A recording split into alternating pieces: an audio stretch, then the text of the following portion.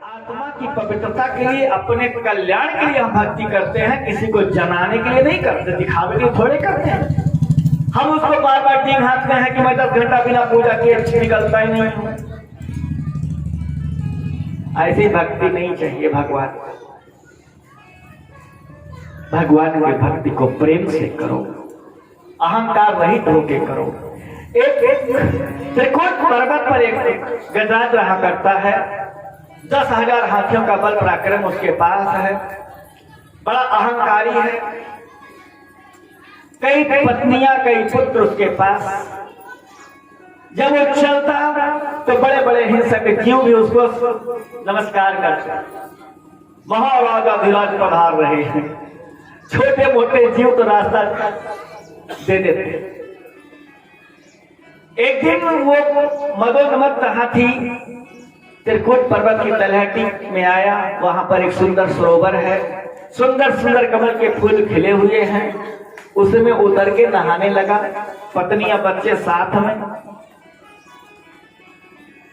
और सरोवर के पानी को गंदा करने लग गया, कमल के पुष्पों को तोड़ने लग गया। उसमें रहता है एक घड़ियाल ग्राहक। उसने क्या किया, हाथी का पैर पकड़ लिया। उसको आया क्रोध कि सरोवर को कौन गंदा करने का दुस्साहस कर रहा है। पैर पकड़ा, हाथी ने अपने आप को बचाने का बहुत प्रयत्न किया, नहीं छुड़ा पाया पैर। पत्नी को बुलाया, बच्चों को बुलाया, सहायता करो, कोई नहीं बचा पाया। सुबह से शाम हो गई, पत्नी बच्चे छोड़ के चले गए। अच्छा जी, अब मैं चलती हूँ, घर में बहुत ढेर सारे काम पड़े हैं, भोजन भी बनाना है, कपड़े धुलना है, अब आप आ जाइएगा आराम से। साथ छोड़ के चले गए। गजराज की आंखों से आंसू गिरने लग गए। उसने कहा, उसकी वही गति हुई जैसे हम सबकी हो जाती है। सुख में आन सबही मिली घेरे, और विपत्ति पड़ी सबही संग छाड़त कौन आवत नेरे। जब सुख था तो सारा संसार था, सब भैया भैया, बाबू बाबू, फूफा फूफा, काका काका, नाना नाना, बाबा बाबा करते रहते थे। लेकिन जैसे विपत्ति आने पड़ी, रिश्ते नाते सब छूट गए, सबने ठुकरा दिया। जब सब छोड़ के चले गए तो हाथी को बड़ा पश्चाताप हुआ। उसने तुरंत भगवान को याद किया। ओम नमो भगवते तस्मै यज्ञतात्मकं पुरुषाय बीजाय परेशाय धीमहि। जो समस्त जगत के मूल कारण है, जिन्होंने सारी सृष्टि का सृजन किया, जो सारी सृष्टि का पालन करते हैं, उन परम तत्व को मेरा प्रणाम है। ना तो राम जी को कहा, ना ब्रह्मा जी को, ना कृष्ण जी को। उसने कहा, जिसने सारा जगत बनाया, जिसने चिड़ियों को चहकाया, हम उस ईश्वर के गुण गाए। छोटे छोटे बच्चे बड़े प्रेम से इस गीत को गाते थे। उसी गीत का ये समझो सरलीकरण, ये श्लोक का सरलीकरण उस गीत में किया गया है। यही सेम श्लोक। ओम नमो भगवते तस्मै यज्ञतात्मकं। जिन परम पिता परमात्मा ने सारे संसार को बनाया है, सृजन किया, पालन किया है, हम उन्हीं परम तत्व परमात्मा को प्रणाम करते हैं। ब्रह्मादि देवता शिव जी सब बैठे रह गए, हमारा नाम ही नहीं लिया, हम काहे बचाने जाएं। जब कोई नहीं उठा तो हमारे भगवान श्री कृष्ण जी उठ खड़े भये कि जब कोई किसी का नाम नहीं लेता तो समझो मुझे ही बुलाता है, क्योंकि मेरा कोई नाम ही नहीं है और मेरे अनंत नाम भी है। परम पिता परमात्मा श्री कृष्ण जी उठ खड़े भये, गरुड़ पर सवार हुए, और अब आकाश मार्ग से गरुड़ पर बैठ करके भगवान आते दिखाई दिए। गजेंद्र ने जैसे देखा भगवान श्री कृष्ण आ रहे हैं, तो अब फूल कमल का लिया और भगवान की तरफ सिर ऊपर करके भगवान श्री कृष्ण की वंदना करता है। हे नाथ उच्छेद सा अम्बुज करम गिरि महा, कृष्ण नारायण अखिल गुरु भगवन नमस्ते। हे अखिल ब्रह्मांड नायक, हे सर्वेश्वर, हे जगत गुरु, हे कृष्ण, आपको प्रणाम है, आपको प्रणाम है। सोचा अब तो नमो ले कपड़े ना भगवान कृष्ण अवतार नाम लिया। भगवान ने देखा कि मेरा भक्त बहुत ज्यादा चिंतातुर हो रहा है। गरुड़ का भी उन्होंने परित्याग किया और अनायास ही झटपट गजराज के पास आ गए और अपने सुदर्शन चक्र से गराह का मुख फाड़ दिया, दोनों को बाहर निकाला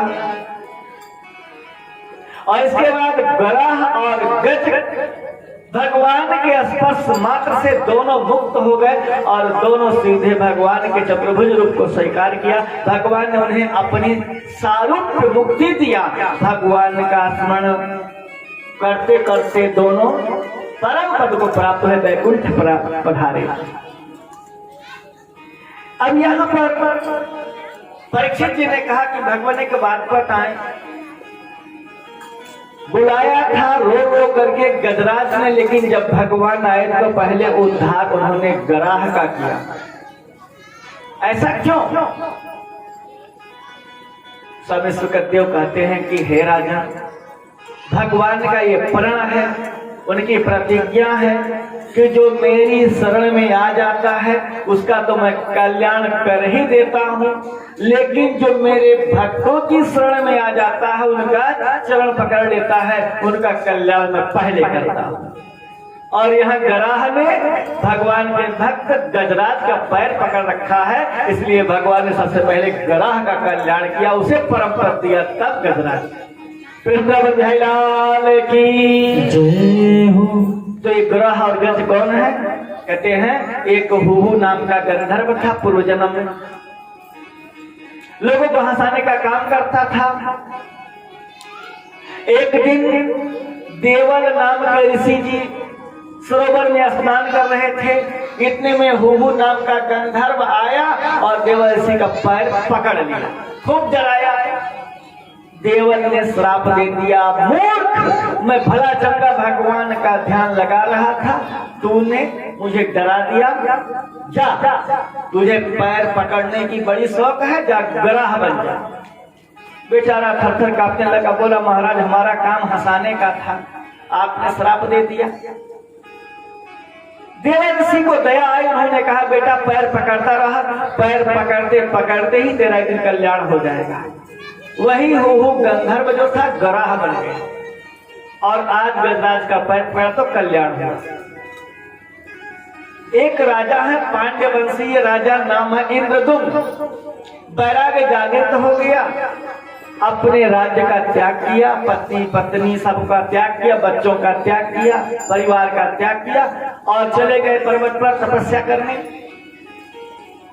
एक दिन अगस्त जी महाराज आए, महाराज इंद्रदुम्न ने अगस्त को प्रणाम तक नहीं किया। अगस्त ऋषि को आया क्रोध, उन्होंने कहा कितना मूर्ख है, देखो तो झूठ मूठ का समाचार बैठा, राज्य को छोड़ दिया, परिवार को छोड़ दिया, मर्यादा भीन हो गया, तपस्वियों संतों का सम्मान तक नहीं करता, प्रणाम नहीं करता, हाथी जैसा बैठा है, जा तू हाथी बन जा। अब महाराज बड़े दुखी भय, उन्होंने अगस्त से क्षमा मांगी। अगस्त ने महाराज इंद्रदुम्न को आशीर्वाद दिया, जाओ बेटा, हाथी की योनि में ही तुझे भगवान का स्पर्श होगा, भगवान श्री कृष्ण के हाथों तेरी मुक्ति मिल जाएगी। और आज जो है भगवान के श्री हाथों से उस इंद्रदुम्न जो राजा था, हाथी बन करके फिर रहा था, उसे मुक्ति मिलेगी। वृंदावन बिहारी लाल की जय हो। ये कथा हमारे आपके जीवन की है, किसी और की कथा नहीं है। ये त्रिकुट पर्वत हमारा ये शरीर है, यही है त्रिकुट पर्वत। इसमें जो जीव है यही है 10,000 हाथियों का बल पराक्रम करने वाला हाथी गजेंद्र, धन बल बाहुबल सब प्राप्त करके ये अभिमानी अपने बराबर किसी को समझता ही नहीं है। ये संसार ही सुंदर सरोवर है, जिसमें भांति भांति प्रकार की सृष्टि की रचना भगवान ने किया। सुंदर फूल भी बनाए तो अनेक प्रकार के मनुष्य, अनेक प्रकार के जीव जंतुओं का भगवान ने इस सरोवर रूपी संसार में भगवान ने सृजन किया, लेकिन ये मूर्ख, ये जीव, ये इस भगवान के बनाए सरोवर को गंदा करता रहता है, हमेशा सबसे ठग जाती है, सबसे शत्रु भाव रखता है। भगवान कहते कितना बड़ा मूर्ख है, ये सब मेरे तो स्वरूप है, मेरे अंश है, फिर भी ये सबसे शत्रुता करता है, सबका हरण करना चाहता है, सबको परेशान करता है। लेकिन वो मूर्ख, ये मनुष्य, ये जीव इतना अहंकारी अपने परिवार के भरण पोषण में ऐसा अंधा हो जाता है कि कुछ दिखाई नहीं देता। एक दिन काल की चिट्ठी आती, घुटना दर्द, पहली चिट्ठी आई, पैर पकड़ लिया काल रूपी अजगर ने, ग्राह ने। सबसे पहले ग्राह रूपी काल पैर को पकड़ता है, घुटनों में दर्द आरंभ हो गया। अब बहुत दवा कराते हैं, लेकिन क्या करें, अब तो डॉक्टरों परेशान, एक कोनो दवाई के ना बनी, बका करी। इसके बाद चलना फिरना मुश्किल हो जाता है, चारपाई पकड़ लेते हैं, पत्नी को बुलाते, बेटे को बुलाते हैं, पत्नी बेटे आते हैं, कुछ दिन तो सेवा भाव करते हैं, लेकिन जब चारपाई से उठ नहीं पाते हैं तो पत्नी और बेटे भी साथ छोड़ देते हैं, कब तक सेवा करेंगे। रिश्तेदार देखने के लिए आते हैं, पड़ोसी भी आते हैं, और सब क्या बोलते हैं, हे भगवान क्या तो जगह ना खाली बा, अब इनका मुक्ति दे भगवान। जिस परिवार के लिए, जिस समाज के लिए, जिन बंधु बांधवों के लिए हमने इतने कार्य किए, छोटे छोटे बात को लेकर के हमने विरोध किया, सबसे संसार से बैर मोल ले लिया, आज वही लोग भगवान से प्रार्थना करते हैं, इनको ले जाओ प्रभु, ले जाओ ले जाओ ले जाओ। ये हम सबको शिक्षा देने के लिए ये बहुत सुंदर, अभी जो बताया गया ना कथा में कि विचित्र भाषा बोलने वाला हंस कौन है, ये शास्त्र ही है, भागवत एक शास्त्र है। विचित्र भाषा सबकी समझ में आती नहीं है, अर्थ का अनर्थ करते हैं, एक एक बात में बहुत गुण अर्थ छिपा हुआ है। अगर हम उस अर्थ को समझ जाए तो जीवन अपना धन्य हो जाए, शत्रु भाव अपने आप समाप्त हो जाएगा, संसार से वैराग्य अपने आप हो जाएगा, कुछ नहीं है हमारा। गद्दार को समझ में आया, मुक्ति मिल गई, लेकिन इंद्र गलती कर बैठा, इंद्र गलती कर बैठा, देवताओं का राजा इंद्र। एक दिन दुर्वासा ऋषि उसको एक माला लाके देते हैं, पारिजात फूल की माला। इंद्र ने क्या किया, अब ये माला भगवान को चढ़ी हुई माला थी, जो वस्तु भगवान को अर्पण हो जाए उसका कभी तिरस्कार नहीं करना चाहिए। भगवान को चढ़ी वस्तु पैरों के नीचे नहीं आनी चाहिए, अनादर नहीं करनी चाहिए। जैसे ही सुंदर माला दिया दुर्वासा ऋषि ने इंद्र को, इंद्र ने क्या किया, अपने हाथी को पहना दिया।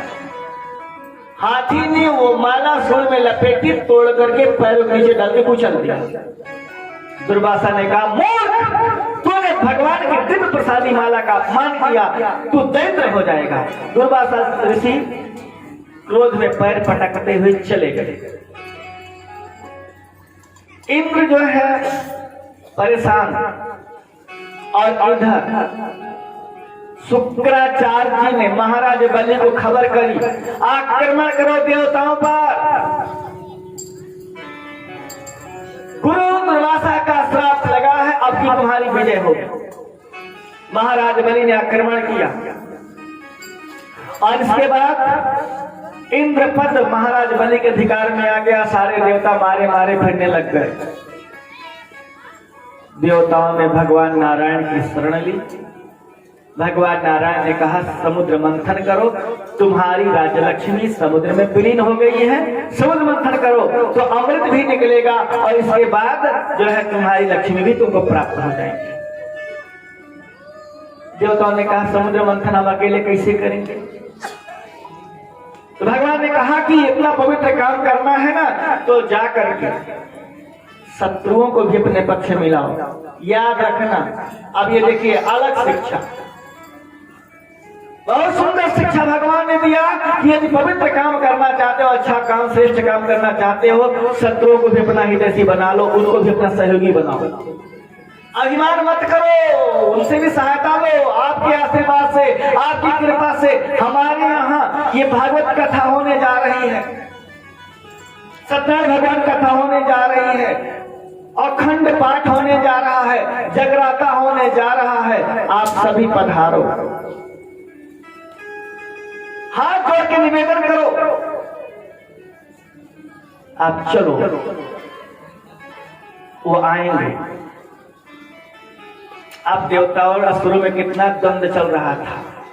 बहुत से लोग जल्दबाजी में कहते हैं कि अमृत पाने के लिए, अमृत की लालच देकर के देवताओं ने बुलाया। ना ना ना, ऐसा नहीं था। भगवान ने कहा मेल करो, तुम अच्छे काम करने के लिए जा रहे हो, सत्कर्म करने जा रहे हो, इसलिए मेल कर लो। सारे देवता आए दानों के पास। महाराज बलि ने स्वीकृति दी। महेंद्र जो है पर्वत को, मंदराचल पर्वत को मथानी बनाया गया। अपने मन को दृढ़ करना भगवत भक्ति में ही मंदराचल पर्वत है। अचल करो मन को। मंदराचल पर्वत को मथानी बनाया गया, बांसुरी नाक और रस्सी। और इसके बाद समुद्र मंथन आरंभ हुआ। सारे देवता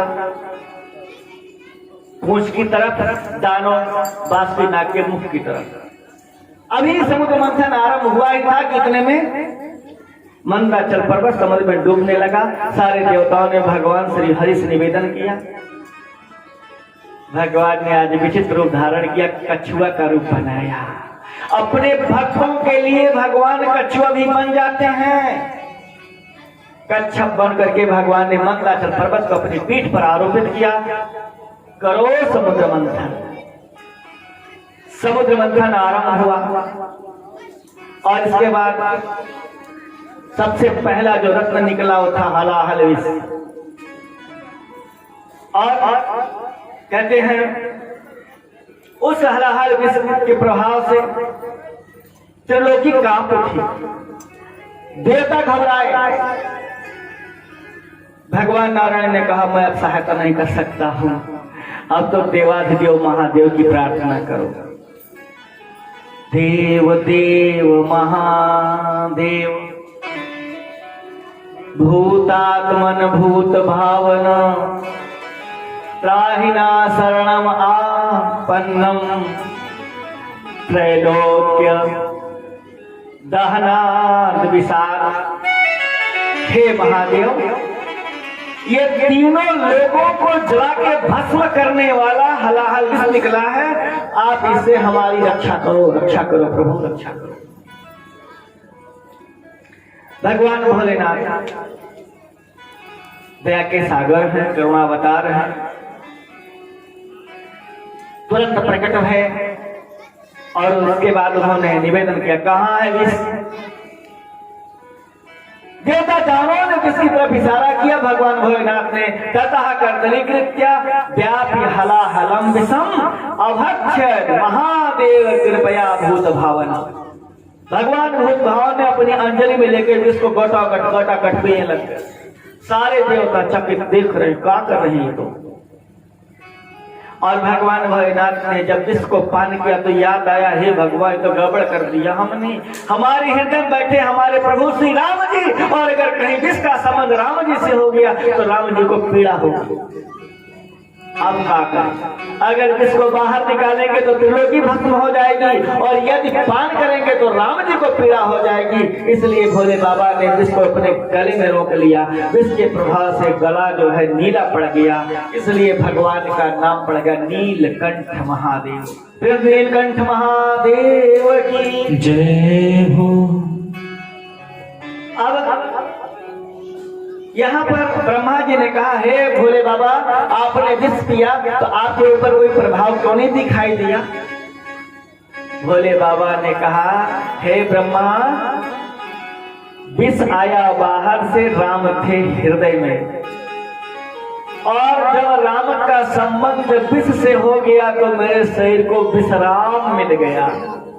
विश्राम और विराम में अंतर है। विराम माने एकदम से गोविंदाय नमो नमः, और विश्राम माने एकदम आराम।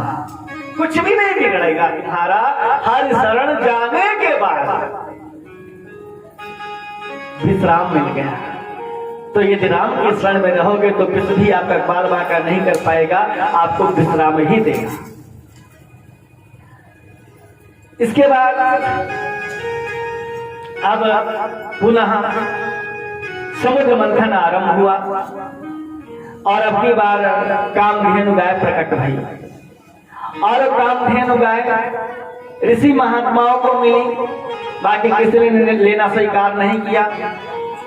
फिर समुद्र मंथन से चंद्रमा निकला, वो चंद्रमा भगवान भोलेनाथ को दिया गया अपने सिर पर धारण करने के लिए, क्योंकि चंद्रमा का स्वभाव शीतलता देना है। इसके बाद अब पुनः समुद्र मंथन आरंभ हुआ तो एक घोड़ा निकला, उच्चैश्रवा घोड़ा। उच्चैश्रवा घोड़ा महाराज बलि को मिला। पुनः समुद्र मंथन अब की बार आरंभ हुआ तो कौस्तुभ मणि निकली। कौस्तुभ मणि भगवान नारायण को दी गई। भगवान नारायण ने सबकी सहायता करी है, आज उन्हें कृपा समुद्र मंथन हो रहा है, इसलिए एक कौस्तुभ मणि भगवान को दी जाए। इसके बाद अब महादेव की अप्सराएं आई, वो सब स्वर्ग भेजी गई, जाओ सब लोग स्वर्ग में निवास करो। पारिजात वृक्ष निकला, वो भी स्वर्ग में भेजा गया। और अब की बार पुनः समुद्र मंथन आरंभ हुआ।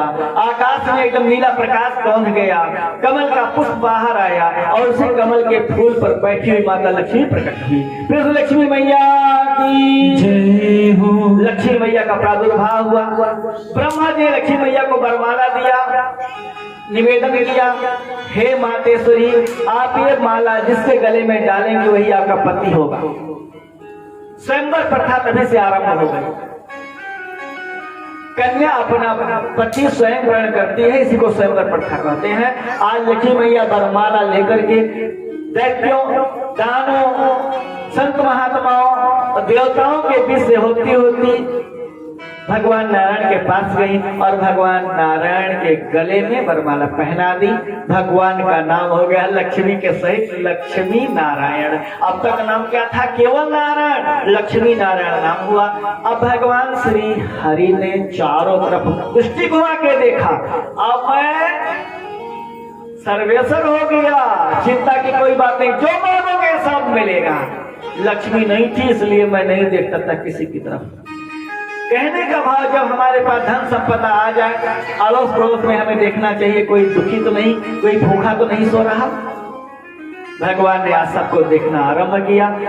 इसके बाद समुद्र मंथन जब आगे हुआ तो बारुणी प्रकट भई और बारुणी जो है वो दैत्यों ने स्वीकार किया।